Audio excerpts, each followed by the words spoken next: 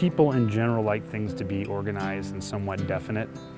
And being a wine grower is kind of an exercise in letting go and trying to understand that you need to be infinitely adaptable and dynamic. In the cellar, I can control most things. I can control the temperature of the building.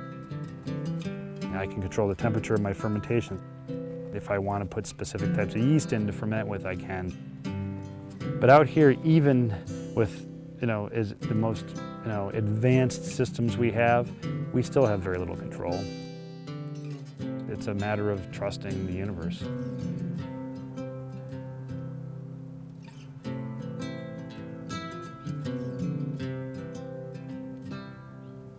In a chess game, every time you move a piece, it really changes the whole board.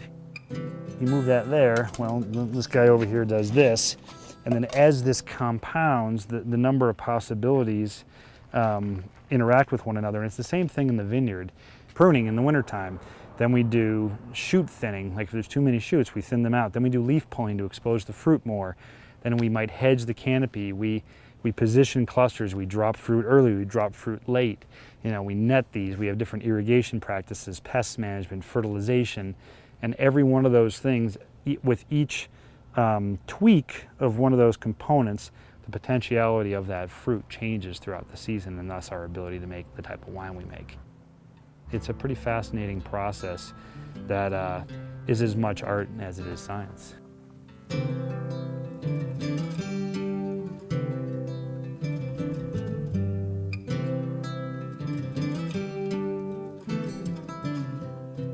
The most important decision, I believe, that a wine grower makes any year is when to pick.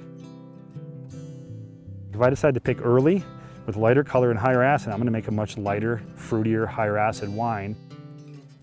You let it hang longer, you most likely will get more color in red grapes, but you're going to get a lot more sugar as well, and your alcohol comes up, and often the viscosity and the texture of the wine comes up a lot too. This is very important.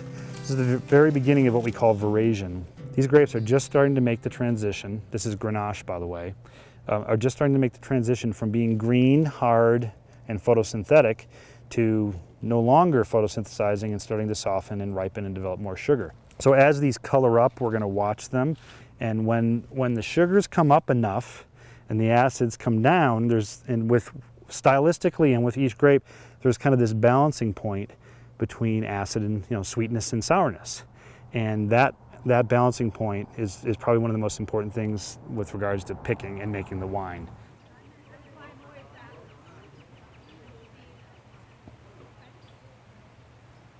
When I think about what harvest means, there's this really hectic, crazy, exciting side of it. On the flip side of the coin, it's this monumental effort as well. So there's a little bit of that kind of scary butterfly feeling of this kind of storm that's about to hit.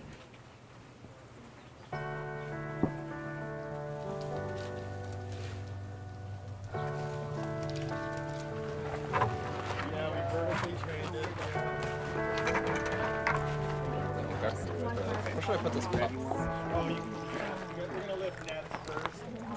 There's like this unspoken thing about people who are working harvest.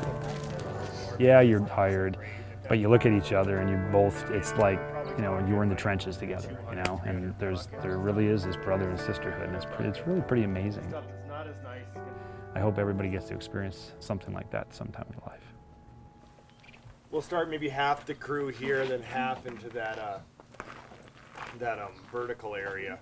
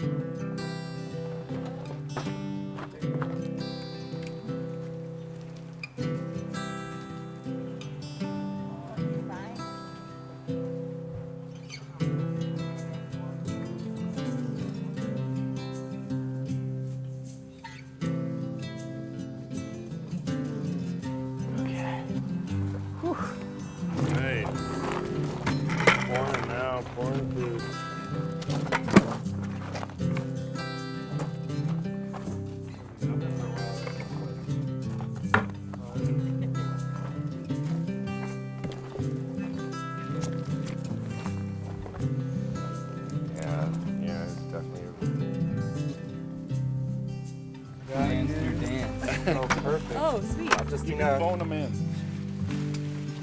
Can you get that okay? Yeah. Oh. Because I'm going to move on. How tall are you, Pam? I can get him.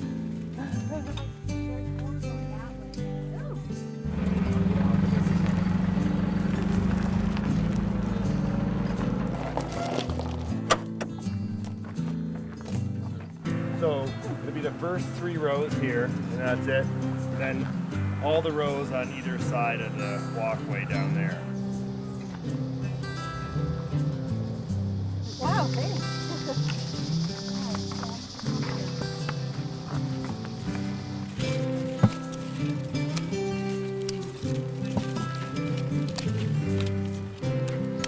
Oh, that was a little dangerous. Sorry about that.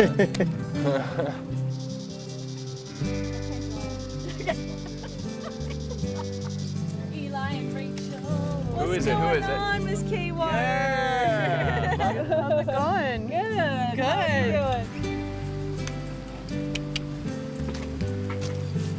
Is that all? That's it. Thank Blaze you, everybody. through it. Wow, beautiful. Appreciate all the help and get these weighed up. Looks like a pretty good take.